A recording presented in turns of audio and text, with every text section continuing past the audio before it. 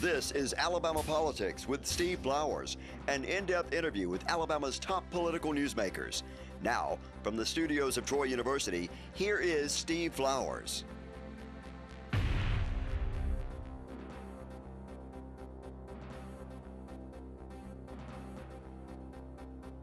I'm Steve Flowers, and welcome to Alabama Politics. Folks, we got a treat for you tonight. First time in 8 years of doing Alabama politics here in the River region. We're going to have a little semi-debate. We've even got a different marquee Ronnie's made for us, 2011. We've got two distinguished gentlemen here in Montgomery, well-known legends in Montgomery who've been around Alabama politics a long time, are going to represent their respective candidates. On the right, appropriately, we have former Representative Perry Hooper, my colleague from the legislature, a longtime friend, and he's got Trump behind him. And he is not only Trump's campaign manager statewide, he is Montgomery's executive committee Republican member, and Perry and Julian both have long histories in their parties. Perry's father was Perry Hooper Sr., who was a national committeeman from Montgomery for a long time, and then Chief Justice of the Alabama Supreme Court. So Perry's always been a Republican before it was cool. And Julian McPhillips has been a yellow dog Democrat when it was cool and when it's not cool. He is a resident of Montgomery. He's been so active in the civic stuff here. He's been active in the all kind of arts and everything. Prominent lawyer, but he's a lifetime Democrat. He was a wrestler at Princeton. Went on to Columbia Law School, came back here to Montgomery to practice law. He's practiced mostly civil rights and plenty of law here in Montgomery. He's been a Democrat for a long time and was a delegate for Carter back in the 80s, and he's never deviated. So we've got two full-blooded, pedigreed party men. And they're well known and well respected. Both of them are good family men and good, outstanding citizens of Montgomery, and most of our viewers in the River region. So we're going to have a little semi-debate with Perry representing Trump and Julian representing Hillary Clinton, and we're going to talk about different issues. It's kind of resolved about 3 minutes, and then we go at the end of the program, we're going to do about a 3-minute summation. Julian, like you do in court. Certainly. I don't know how long they give you in court to do that summation, but we're going to do a summation at the end. Let's start off with Julian on this question. The biggest question I think a lot of voters have in Alabama and throughout the nation is, a president's president 4, maybe 8 years, but Supreme Court appointments last a long time. Yes, they do. And we've got several justices. One of them, Scalia's seat's vacant now, so we only have 8 justices. We've got that appointment, but probably Ginsburg's getting up in age. She's 83, and Kennedy's 80. So we've got, during the next administration, we have 2 or 3 appointments. Give us the Democratic side of why you think Hillary Clinton would be the best one to appoint those new justices and the one that's vacant now. Well, first of all, I think Hillary will appoint people down the line that will be fair to both sides of most issues. She really will be. This Garland guy that's been nominated by President Obama has been shirked in bad faith by the Republicans. They won't even let him come up for a vote. As a result, it's caused a lot of clogging of issues in the Supreme Court with 4 on this side, 4 on that side. And this Garland fellow, I think, is a very level-headed, even-handed. He's liked by a lot of conservatives as well as by, obviously, some moderates and liberals. He's sort of a moderate to conservative type himself. And I think that Hillary will appoint people along those lines. Now, I'm concerned that if Donald Trump gets in there, we will have people that are really way off center. Well, I mean, way to the far right. And that the United decision that allowed corporations to contribute unlimited amounts of money will be upheld, and that will distort politics all the way around. I know my good friend Perry Hooper Jr. Probably wouldn't agree with some of the things even that I suspect that the Republicans would cause to happen if one of them is picked and goes to the next U.S. Supreme Court. Also, the decision that a lot of people are concerned about is what's going to happen with the abortion issue. And I'm bringing it up because I am a pro-life activist. And I don't mind saying this, that I think Hillary will actually be more pro-life in some ways than Trump for several reasons. First of all, she's long supported adoption, and that's the best alternative by far to abortion. Our own son, David, was saved from an abortion. When I talked to a young married couple at 5 months pregnant out of it at the last moment, he became adopted by us and a lot of others. Hillary supports all that down the line. She also supports having, children get health insurance, which what happened when she was in the White House the first time. She's about the most qualified that we've had in many a moon. I mean, 8 years in the White House, 6 years or 8 years in the U.S. Senate, 4 years as Secretary of State. She will appoint good people down the line. Trump, on the other hand, has already put out some of his nominees, and some of them really scare me to death. Of course, Trump has said he's opposed to some guy as a federal judge because he's got Mexican parents, And we can't have people, we have to have a country that does not discriminate against people on the basis of race and religion, as Trump would. He doesn't want to let any Muslims come to the country. He wants to build a wall with Mexico. He said some things that are very anti-black. Hillary, on the other hand, will put people in there that will be fair-minded, I'm sure, to both sides. And I don't know if that's within my time limits. That's but perfect timing. You look at you, Jude. Okay. Right on time. Thank you. Perry, talk about Donald Trump and the Republican Party's nomination to the Supreme Court. How do you think that's important to the future of the country? I will, Steve. And first of all, I want to thank you for having Julia and I on your show. Y'all both been on this before? is, to me, this issue that you ask us about is probably the most important issue facing the nation. I think the impact of the appointments to the Supreme Court could affect our future generations. I got wonderful children, I'm blessed, and grandchildren, and I'm concerned about them. And I think the Donald Trump, and you talked about, there could be a possibility of 3, possibly 4 vacancies that occur on the United States Supreme Court. Donald Trump will appoint the best and brightest conservatives to sit on the United States Supreme Court. Men and women who will uphold and protect the rule of law and our United States Constitution. People like Jeff Sessions, Senator Jeff Sessions, whose name has been mentioned, Federal Judge William Pryor. These are principled conservatives. I'm excited about, now the names that I saw that he mentioned to me were some of the best and brightest jurists in the nation that I saw that he would consider. And Jeff and Bill's name were close to the top of that list. Now, you had mentioned a little bit about this.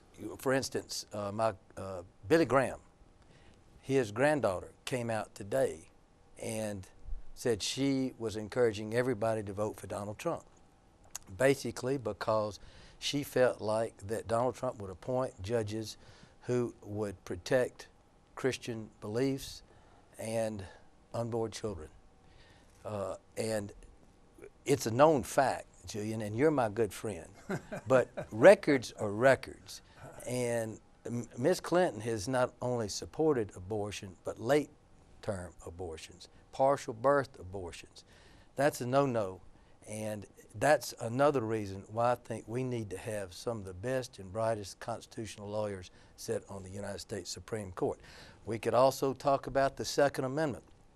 Bernie Sanders, in the debate that he had with Hillary, when she talked about gun control, she said if she did what she wanted, it would end gun manufacturers in America.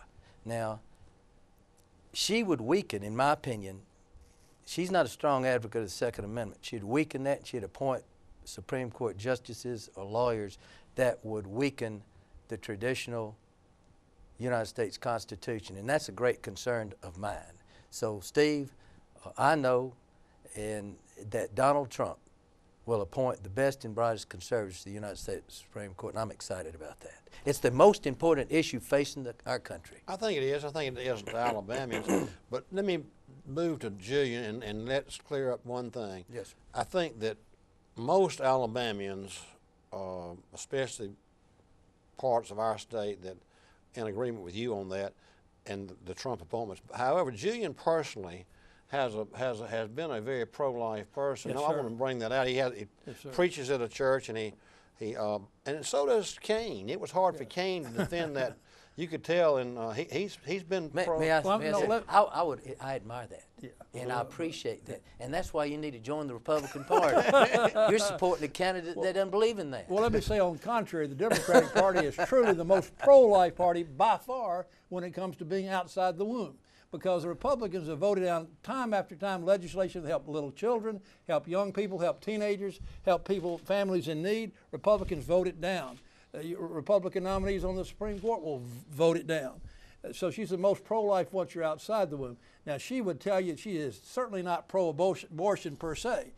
If it ever came to her, she would always be against abortion. But beyond that, she, however, has said that a woman must have a right to make her own decision, and you know, I have some mixed feelings about that, but at the same time I will say that the problem is that you know, the law of the land is what it is right now currently, and within that time perspective, I and Hillary would both like to encourage as many people as possible to think pro-life. And if she had to make every choice in America, she would probably make them pro-life if it was up to her personally. But she says women should have some say-so in the matter. And you know, but you know, Jimmy Carter's position was good with me. That's Kane's position as well. Her position is a little bit more to the left. However, you know, ultimately it'll be a matter of state law. She would hope ultimately, except for what is now the federal law, and within that perspective, she wants to encourage everybody to make the right decision, which is pro-life. Julian, one thing Perry brought up, and I think we ought to touch on further about the Supreme Court appointments. Yeah. The Second Amendment, Alabamians feel real strongly about that. What do you think? Do you think that Hillary Clinton's appointments would be, you know? I'm glad you raised that. One of the reasons I'm most compelled to be for her is she's the only candidate who has the courage to stand up to this proliferation of guns everywhere. They're shooting kids in kindergartens and in schools and neighborhoods. I mean, it's just, even in Chicago every day, you know, what, 40 or 50 people get killed. Why can't they stop that? Because the gun laws, even in Chicago, which are, you know, among the more restricted of anywhere, don't allow it. People get these automatic weapons. And you know, Donald Trump wants to have everybody with automatic weapons, just mowing each other down. I mean, you know, you may think that's an exaggeration, but that's what's going to happen unless we get somebody with the guts to stand up to the gun industry. They're the most powerful lobby in there, except for the healthcare industry and maybe the military-industrial complex. It's one of the three most powerful lobbies in D.C.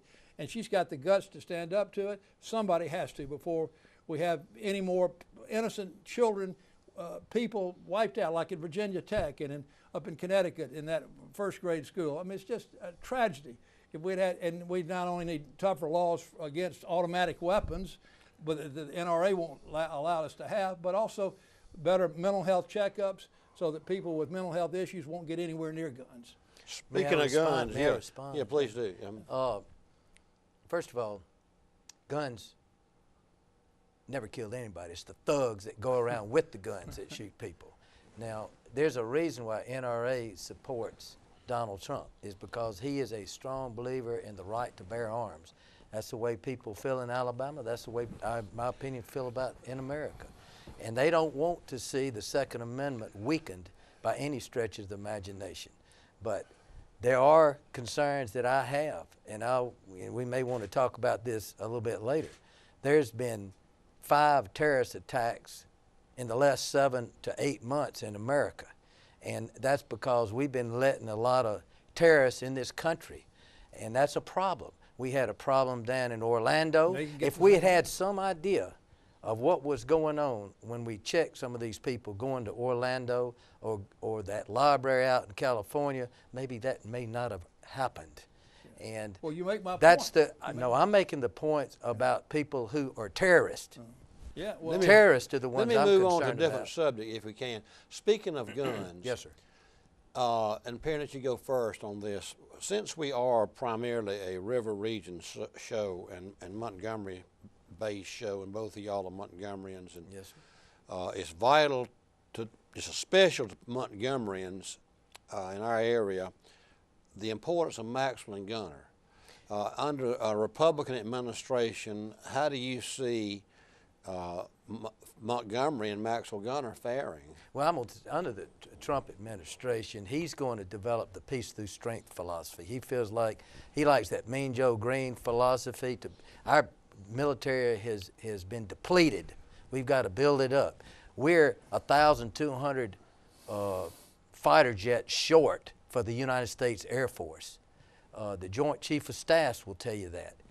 A lot of those would be placed out at Maxwell Air Force Base. We're 350 ships short for the Navy. I believe it. I like what Ronald Reagan did when he came back to America, when he was elected, when he was elected president, and they released all those hostages immediately because they were concerned he'd go over there and blow them away. We've got to have that Mean Joe Green philosophy so nobody will treat us like they've been treating us the last several years. And I'm convinced that we're going to build up our military and we're going to have that same Reagan philosophy of peace through strength. And the Maxwell Air Force Base will certainly love having Donald Trump as the next president of the United States, as the Army facilities, Fort Rucker and others in the Wiregrass. Can I respond to that? Yes, sir. It's your turn. Well, let me say this. Peace through strength is something that both candidates say they're for, but Hillary's got a record. She went after Osama bin Laden. She was a part of that decision to go after and get Osama bin Laden, something that Bush was not able to do during his years in the White House. And not only that, but she wouldn't be cozying up to dictators like Saddam Hussein or Vladimir Putin, which is what Trump, and amazing public statements, sounds like he would do.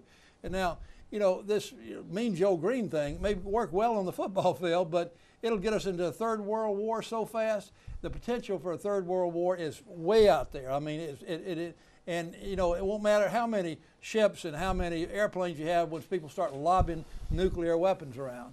And the North Koreans are getting dangerously close now to being able to hit Hawaii and Alaska. And then, of course, the Soviets are having an all-time sort of dispute with America, and no telling what could go wrong there with these terrorists being able to maybe grab some of this stuff and bring it into Baltimore Harbor or some other harbor and blow it up. And so we need somebody who's got diplomatic skills, somebody that will get along with NATO. I can't believe that Donald Trump mostly wants to do away with NATO or say that people are not paying their parts. Got to drop out. NATO is for the benefit of America. And I mean, so even if some of them aren't paying their dues, countries in Europe are really hurting. I mean, not everybody's gone the way of Greece and Italy and Spain, but a lot of them are very close. And so they don't have the money, but it's in our interest. And so I just think Trump is dangerous. He will get us into the Third World War. You mark my words, if he gets elected president. I hate to say it, but I'm afraid it'll happen. Plus a trade war with China, which will help precipitate a war of a military sort. All those things can happen under a Donald Trump presidency. Now, why the majority of the admirals and generals support Hillary? You heard them at the Democratic convention. They are afraid of Trump. And, I love Perry Hooper Jr. I wish he was running for president. I wouldn't be worried. And most of the Republican leaders out there are not for Trump. I mean, the Bushes are not for him. Romney's not for him. McCain, who, has been called when Trump was early in his presidential campaign, said McCain was a coward or something like that, or he wasn't a hero because he was captured for 6. I mean, we can't have people being insulted like that. It's going to do a great harm to our country, great harm to our world. 85% of the military right now have endorsed Donald Trump. But not the generals and admirals. There's a lot of generals and admirals. He had a press conference and had them. He likes that George Patton type philosophy. And let me just tell you, you mentioned Northern Korea and Iraq and all them. We've got to do something to build up our ballistic missile category to encounter what they've been doing. And let me just tell you, Julian, sometime I'd like you to sit down and talk with my friend Chris Peranto and Oz, who were in Benghazi. Sure. And they called Hillary Clinton several times for help. And they wouldn't respond ever to those phone calls. And Oz had his right arm just about blown off. Chris and Oz both lost one of their best friends. And I'd like for you to sit down and talk to them about the concerns they have with Hillary Clinton being in charge of the State Department. It's been a problem, but the philosophy we need in this country is not one that's been Obama and Hillary Clinton that think they're going to go sit down and have a tea party and that's going to negotiate things.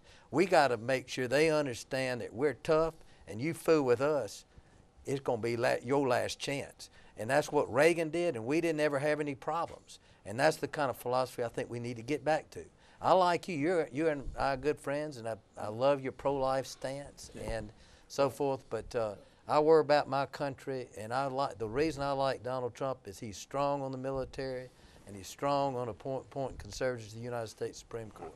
Well, let me just say this, that if he gets in there, though, what good is it going to do us to have more guns here and more guns there if they're lobbing nuclear weapons? We need somebody with diplomatic skills. He has zero. When you insult everybody everywhere you go, is that diplomatic skills? Of course not. I mean, there's hardly anybody around he hadn't insulted. And then not to mention all the women he's left, you know, that he's sexually assaulted and sexually harassed. I mean, is that diplomacy? It is not.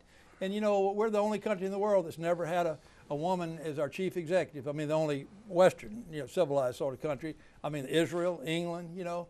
And I think that she will bring a conscience and some experience and some leadership that will keep us out of wars, but also peace through strength. And when I put my fist up here, I'm saying bravado. Hillary has bravado, far more than Trump. Maybe not as much, no more than you, because you've got bravado in your football family. But, you know, Trump is a big old bully. He just goes around. He doesn't pay his debts. He's bankrupted on people.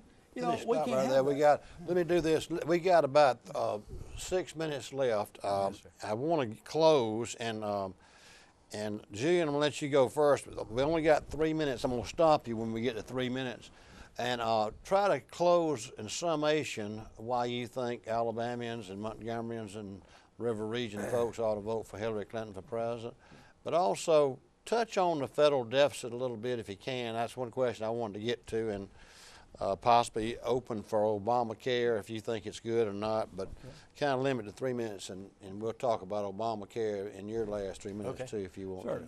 Well, you know, one of the biggest things that Hillary's talked about is infrastructure in this country needs great repair, and she had put together an army of people doing infrastructure work that would help revitalize the economy. At the same time, as far as the debt that you talk about is real, but all you have to look at is who she's married to. I mean, I know he was controversial in some respects, but boy, when it came to the economy was never doing so well as in the 90s. Our debt went down to almost to zero. We had virtually a surplus. Now we're looking at how many trillions in debt that we have now. But, you know, while you might want to try to blame Obama on something, think about when George Bush went out of office, you know, 8 years ago, the Dow Jones Industrial Average had shrunk down to 6,000. We're in the worst recession that we had ever had since the Depression. And Obama and Hillary, to the extent she contributed, and she did in the 8 years that he was president, the economy went up. It's at 18,500 in the Dow Jones. But more than that, you know, people, the unemployment rate is lower now than it has been in a while. The crime rate is actually lower now than it has been in a while, although, I mean, violent crimes are. Although in some pockets like Chicago, there's still too much of that. But Hillary would bring expertise and you know, precision to her job that Trump cannot bring. If you look at Trump's record, he's just dumped on people right and left. What, 6 or 8 bankruptcies? People left unpaid. He's using undocumented workers. You know, he talks about getting rid of immigrants, but boy, he's taking advantage of them more than anybody. And Hillary, I think the minimum wage would go up somewhat under Hillary. These oligarchs that we have, and these billionaires would have to pay their fair share of the tax. Speaking of oligarchs, I'm really worried about Trump's relationship with Russia, and that's Paul Manafort. The FBI has got an investigation going on him about his relations, Trump's former campaign manager, his relations with the Russian oligarchs and with Putin. There's no telling what might happen if he got into there. I think it would cause our country to have a national, huge crisis within the first 100 days or less of his administration. And I've got children and grandchildren, and I want them to live in peace. I want them to have the opportunities that I've had and Perry's had. And I think under Hillary, we will. And I think she will inspire women and young women, too, to rise to the level and get paid a fair wage, which a lot of them haven't been paid. And she will just do a lot to inspire. And one other last thing. Sometimes people talk about the religion, you know, who's the evangelicals supporting. I tell you, an awful lot of evangelicals, I'm telling you out there, supporting Hillary. one reason, she's got the same kind of Methodist faith background that Branch Rickey had when he brought in Jackie, what's his name, to play baseball.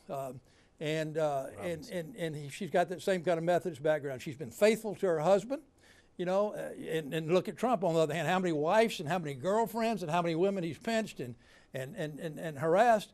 I mean, we can't have that in the presidency. It'd be a tremendous insult, a tremendously bad example for young people out there, men and women, to see somebody who's been a master sexual harasser in the White House. Thank you so much. Perry, 3 minutes. Thank you, Steve. Why should folks vote for Trump and the Republican Party? Party? First of all, we all had distractions.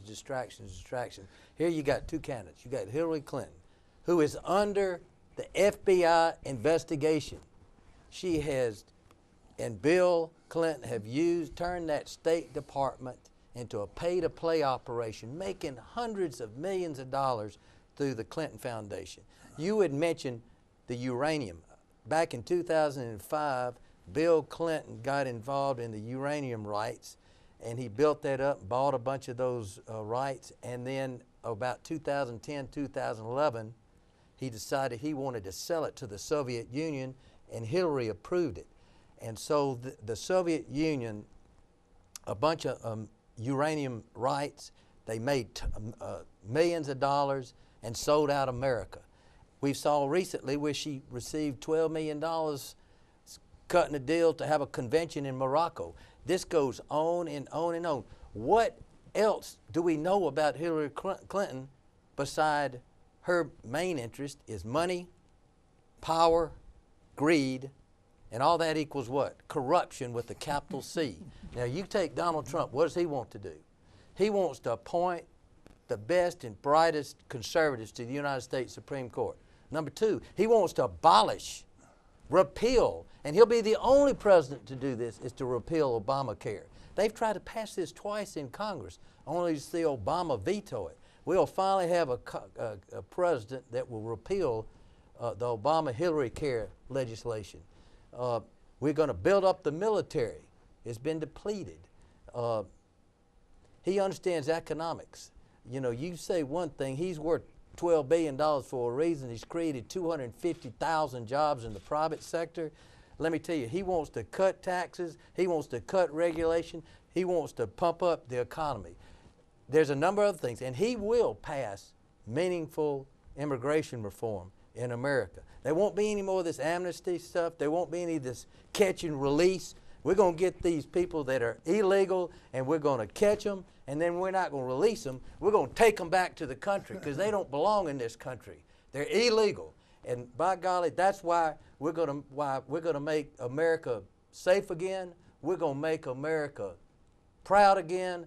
We're going to make America first again, and by golly, we can and we will make America great again by electing Donald J. Trump as the next president of the United States of America. Thank you, Perry. Our time's up, viewers. I want to thank you for watching our debate tonight between Perry Hooper, Jr., who is the Trump campaign manager for the state of Alabama and Trump supporter, and we want to thank G. McPhillips, a longtime Democratic loyalist and civil rights lawyer here in Montgomery who has represented Hillary Clinton. And we thank you, viewers, for tuning in, and hope you'll all go out and vote on Tuesday. And thank y'all for watching. That's right. Thank y'all for being here, fellas. Thank you. Thank you, Steve. Thank you, Steve. Yes, sir. Thank y'all.